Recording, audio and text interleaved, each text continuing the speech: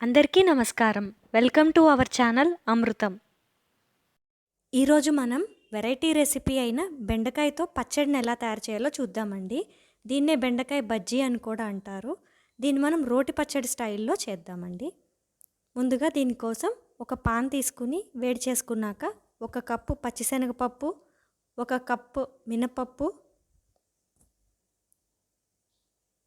ధనియాలు 1 కప్పు, ఆ తర్వాత మెంతులు 1 స్పూన్ వేసుకుని వేయించుకోవాలి. కొద్దిగా రంగు మారే వరకు వేయించుకోవాలి. ఇప్పుడు వీటిని పక్కన పెట్టుకుని చల్లార్చుకోవాలి. నెక్స్ట్ అదే పాన్లో 1 స్పూన్ ఆయిల్ వేసుకుని 1/2 కేజీ ఎండుమిర్చి వేసుకుని వేయించుకోవాలి. ఈ పౌడర్ కొంచెం స్పైసీగా ఉండేలాగా చూసుకోండి, ఎందుకంటే మన పచ్చడికి మొత్తానికి కారం అనేది ఈ పౌడర్ నుంచే వస్తుంది. కాబట్టి వీలైనంత కారం ఉండేలాగా చూసుకుంటే చాలా బాగుంటుందండి. వీటిని కూడా చల్లార్చుకో. నెక్స్ట్ మనం పాన్లో 2 స్పూన్ల ఆయిల్ వేసుకుని వేడి చేసుకోవాలి. ఆ తర్వాత 1/2 కేజీ బెండకాయలను తీసుకుని అరంగుళం సైజులో కట్ చేసుకుని వేయించుకోవాలి. ఇందులోకి కొద్దిగా పసుపు, తర్వాత రుచికి సరిపడా సాల్ట్ వేసుకుని కలుపుకోవాలి. వీటిల్ని మూత పెట్టుకుని ఉడికించుకోవాలి. ఇవి గుజ్జు గుజ్జు అవ్వకుండా చూసుకోవాలండి. ఈలోగా మనం పౌడర్ని ప్రిపేర్ చేసుకుందాము. ఇందాక వేయించుకున్న వాటన్నిటిని మిక్సీ జార్లోకి తీసుకుని మెత్తగా పౌడర్ లాగా చేసుకోవాలి. ఈ పౌడర్ని మనం గట్టి మూత ఉండేటువంటి డబ్బాలో పెట్టుకుని 15 నుంచి 20 రోజుల వరకు వాడుకోవచ్చండి. ఇది ఏ పచ్చడి ప్రిపరేషన్లోకైనా కూడా చాలా బాగుంటుంది.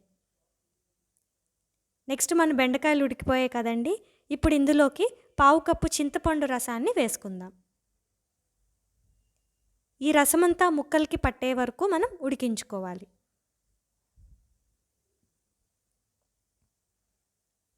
సో ఈ రకంగా మొత్తం బెండకాయ ముక్కలంతా రసాన్ని పీల్చుకునేటట్టు ఉడికించుకున్నాక స్టవ్ ఆపేసుకుని చల్లార్చుకోవాలి. తాలింపు కోసం 3 స్పూన్ల ఆయిల్ వేసుకుని అందులోకి మినపప్పు, జీలకర్ర, ఆవాలు వేసుకుని కొద్దిగా ఇంగువ, ఆ తర్వాత కరివేపాకు కూడా వేసుకుని స్టవ్ ఆపుకోవాలి. ఈ పచ్చడికి కొంచెం ఆయిల్ ఎక్కువే వేయాలండి, అప్పుడే టేస్టీగా ఉంటుంది.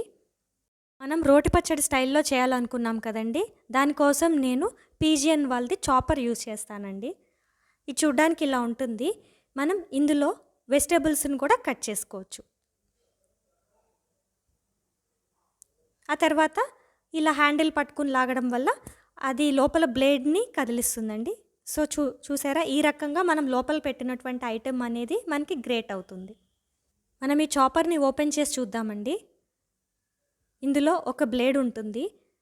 ఆ బ్లేడ్ని మనం తీసేసుకుని వాష్ చేసుకోవచ్చు. ఈ బ్లేడ్స్ అనేవి చాలా షార్ప్గా ఉంటాయి కాబట్టి వాష్ చేసేటప్పుడు కొంచెం కేర్ఫుల్గా వాష్ చేసుకోండి. ఈ చాపర్ అందుబాటులో లేని వాళ్ళు మిక్సీలో కూడా చేసుకోవచ్చండి. లైట్గా ప్రెషర్ ఇచ్చి ఒకసారి తిప్పేస్తే పచ్చడి రెడీ అయిపోతుంది. ఇందులోకి ఉడికించుకున్నటువంటి బెండకాయల్లో హాఫ్ తీసుకుని ఒక లైన్ లాగా వేసుకోవాలి.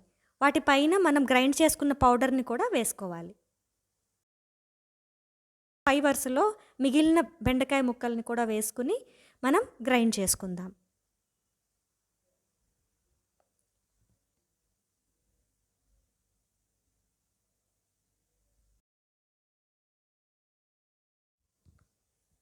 మనం ఒకసారి చాపర్ని ఓపెన్ చేసి చూద్దామండి.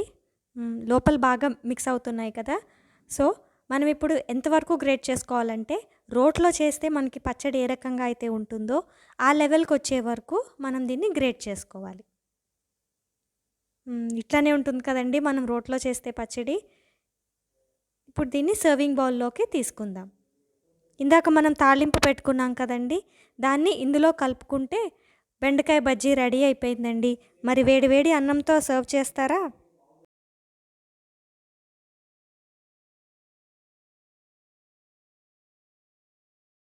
Thanks for watching.